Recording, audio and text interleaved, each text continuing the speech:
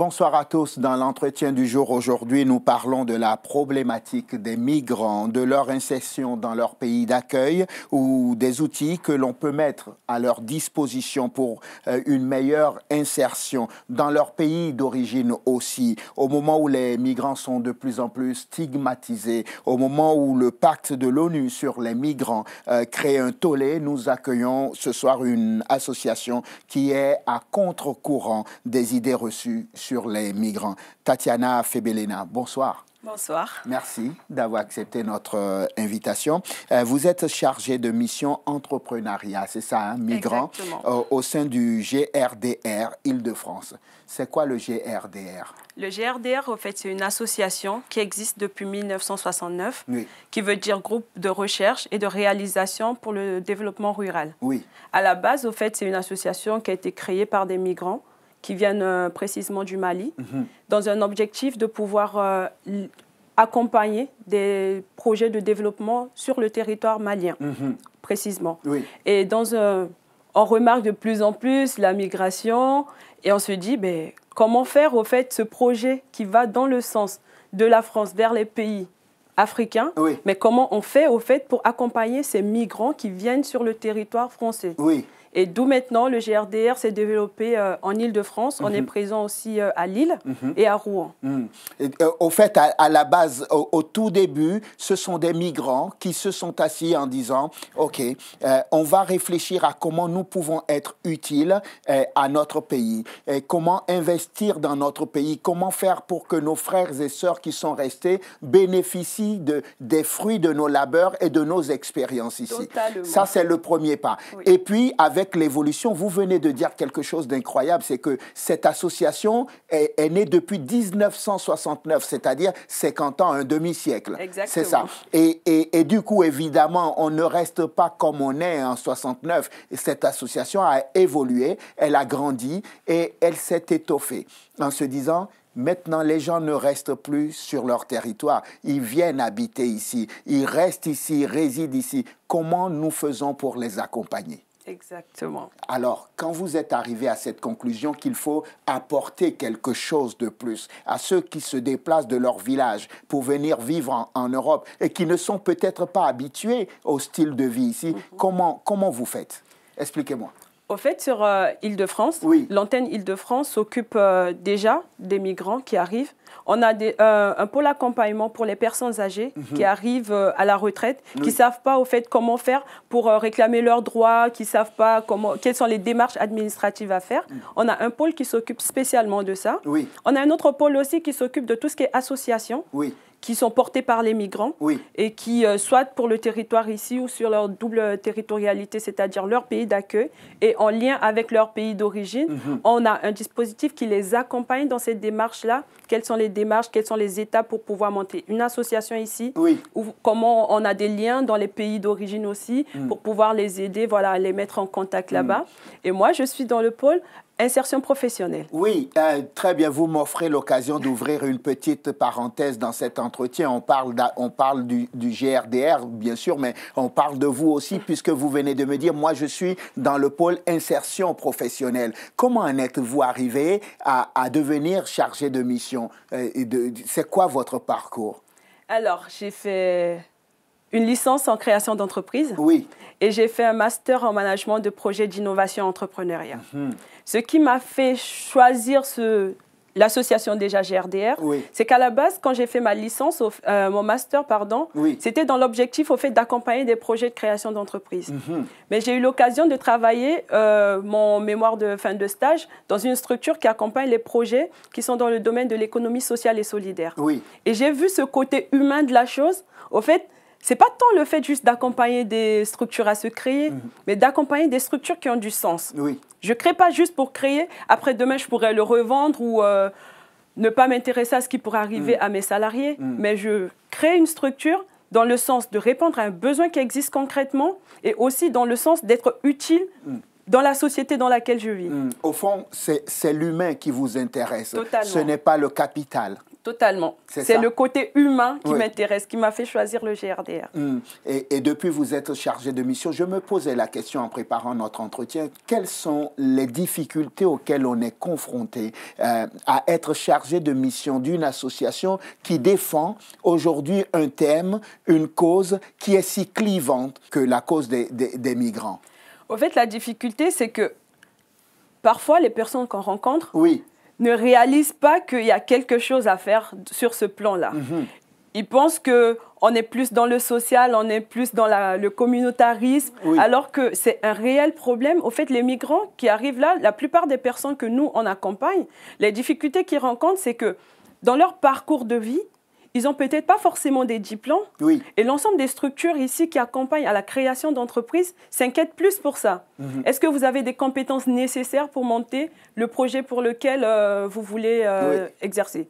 Sauf que ces personnes-là, dans leur parcours de vie, il y en a qui ont été des commerçants, il y en a qui ont déjà travaillé chez eux, mais sans toutefois suivre le parcours scolaire classique, avoir des diplômes reconnus sur le territoire ici. Là est toute la difficulté. Et là est le plus que je peux dire de notre formation, parce que nous, on s'intéresse à leur parcours de vie, on prend en compte au fait les difficultés qu'ils ont. Il y en a qui travaillent à côté, mais qui aimeraient bien porter leur projet de création d'entreprise. Nous, on s'adapte en gros à leurs difficultés qu'ils rencontrent concrètement sur le territoire pour pouvoir leur proposer un programme qui est très adapté. Vous dites que ce n'est pas le diplôme que tu as qui est le plus important, c'est ton parcours qui compte à nos yeux. Donc, quand ces personnes arrivent à vous, d'abord, vous essayez de bien leur expliquer que vous n'êtes pas dans le caritatif. Vous voulez les aider à accoucher d'un projet générateur de revenus pour eux sur le long terme. Vous voulez leur apprendre à pêcher au lieu de leur donner du poisson. Totalement.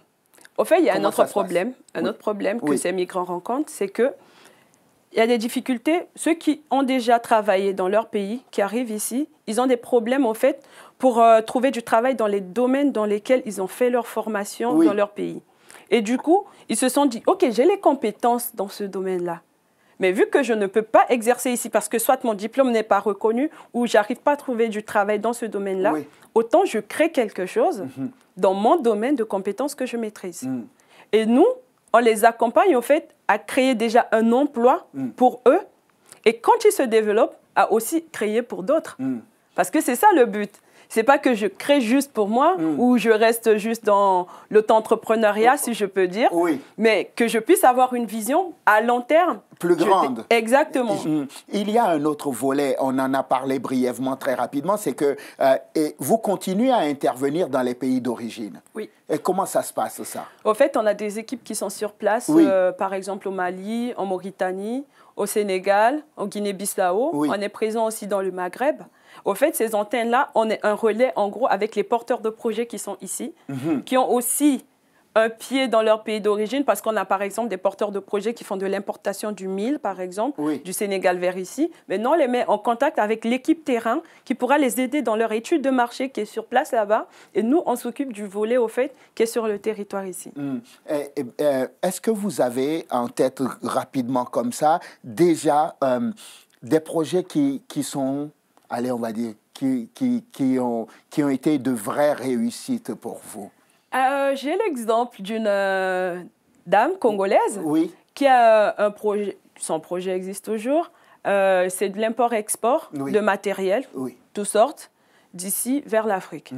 En gros, elle a vu qu'il y a ce besoin-là. Il y a beaucoup de personnes qui sont en Afrique, qui ont de l'argent, qui ont besoin de s'acheter par exemple du matériel, des voitures, des machines ici, mais qui n'ont pas au fait de personnes sur place pour leur permettre de faire ce lien-là, l'intermédiaire entre eux au fait et les vendeurs.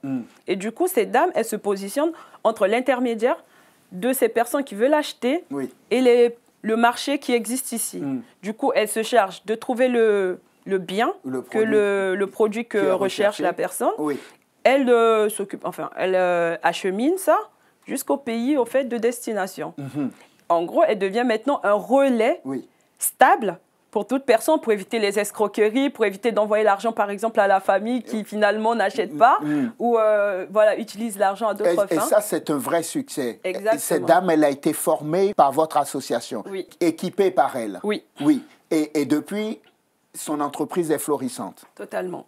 C'est votre fierté, ça? C'est une fierté parce que ça nous fait plaisir de, par exemple, la faire venir parce que c'est aussi ça la force au fait du programme que je pilote. Oui. C'est qu'on ne va pas juste dire, vous avez de la formation théorique, mais on fait venir ceux qui ont réussi, ceux qui ont entrepris, ceux qui ont suivi le même parcours que les nouveaux porteurs de projets qui arrivent pour dire, OK, nous aussi on a suivi ça, regardez, je vous fais un retour d'expérience, moi, en tant qu'entrepreneur aujourd'hui, comment j'ai vécu ce parcours-là et qu'est-ce qui s'est passé ou comment vous pouvez faire pour ne pas peut-être vivre les mêmes erreurs que moi j'ai vécues en suivant mon parcours de création d'entreprise. Très bien. On va prendre un cas d'école. Je suis un migrant.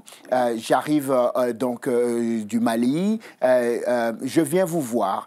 D'ailleurs, à ce que je sache, vous devez lancer la 5e édition de la formation bientôt. Oui. Elle est lancée d'ailleurs, c'est ça? Elle est lancée. L'appel à candidature est lancé. Très bien. Plaçons-nous dans un cas d'école. Je suis un migrant. J'entends parler donc de votre association et de cette possibilité de me faire former pour pouvoir monter à mon tour une entreprise parce que j'ai des difficultés d'insertion ici ou de me faire recruter par les entreprises sur place. Comment ça se passe de A à Z? OK. Au fait, l'école régionale de projet, c'est le programme au fait de la formation. C'est un cycle de formation de 6 mois à la création d'entreprise. Qui commence en février et qui s'achève en juillet. Et du coup, pendant ce parcours-là, les porteurs de projets qui vont être admis dans le parcours de la formation, ils vont suivre des formations déjà théoriques sur tout le process de la création d'entreprise. On a aussi la possibilité de leur faire rencontrer des structures de financement qui existent sur le territoire ici et qui soutiennent des projets qui sont en lien avec leur pays d'origine pour pouvoir, à la fin de la formation, déposer des dossiers pour rechercher des financements. Et aussi, on fait intervenir, comme je vous le disais, des entrepreneurs qui ont déjà créé pour venir leur faire un retour d'expérience, échanger avec eux, leur permettre aussi d'avoir un réseau sur lequel s'appuyer si eux, ils veulent derrière, par exemple, acheter à l'international ou on les met en contact avec les réseaux qui existent déjà. Et aussi, il y a des entretiens individuels pour un suivi plus personnalisé des projets. On fait aussi venir des mentors qui les accompagnent tout au long du process de la création d'entreprise. Oui, mais c'est incroyable ce que vous me dites. Au-delà de la formation, au-delà de la mise en contact avec des histoires qui ont déjà réussi, il y a aussi que vous réfléchissez à comment leur permettre de trouver des sources de financement. C'est ça, en réalité. Vous leur identifiez des entreprises, des ONG ou on va dire des institutions qui financent des projets de développement dans nos États et qui sont susceptibles de financer un tel projet. Totalement. On est en contact avec 6 ou 7 structures qui existent sur le territoire de l'Île-de-France et qui soutiennent en fait ces types de projets-là. On les fait venir sur une journée. Chacun présente son dispositif, les conditions à laquelle on peut accéder. Et les porteurs de projets font le choix de tel ou tel dispositif et nous, on les aide à monter les dossiers à déposer. Et si je devrais participer à cette formation, la 5e édition, combien je dois payer? 0. 0 pointé. La formation, elle est totalement gratuite. C'est une initiative qui est soutenue par la région Île-de-France et le Fonds social européen. Tout ce que je dois donner, c'est mon temps de disponibilité pendant 6 mois. Totalement. Pour me faire former, rencontrer des gens, et monter un business plan jusqu'au bout de A à Z. Quand je sors de là, j'ai une entreprise sur le papier. Exactement.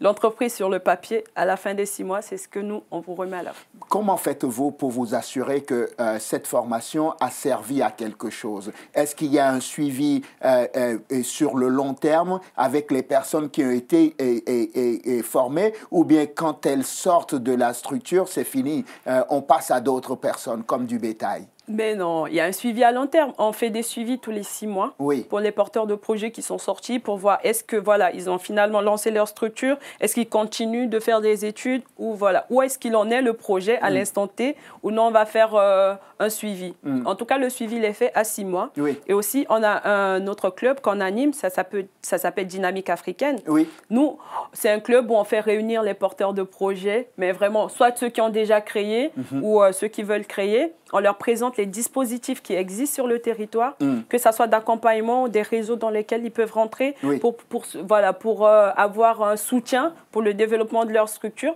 Et pendant ces clubs-là, on fait venir nos porteurs de projets qu'on a accompagnés pour pouvoir échanger avec d'autres pairs aussi. Je ne connais aucun projet humain qui ait réussi à 100%. Donc, on a parlé des réussites. Est-ce qu'il y a des taux d'échec? Est-ce qu'il y a dans le lot des personnes qu'on a suivies, qu'on a formées pendant 6 mois, qu'on a revues 6 mois plus tard et 2 ans plus tard, on les croise et ils sont dans le dénuement total parce qu'ils n'ont pas réussi à passer à l'étape la plus importante, la création physique et matérielle de cette entreprise? Oui, on en a. Un tiers, on va dire, un tiers des projets qu'on a accompagnés ne sont pas aboutis. Soit parce que les porteurs de projets se sont rendus compte que finalement, des difficultés d'ordre personnel font que le projet est mis en stand-by en attendant d'y revenir un peu plus tard.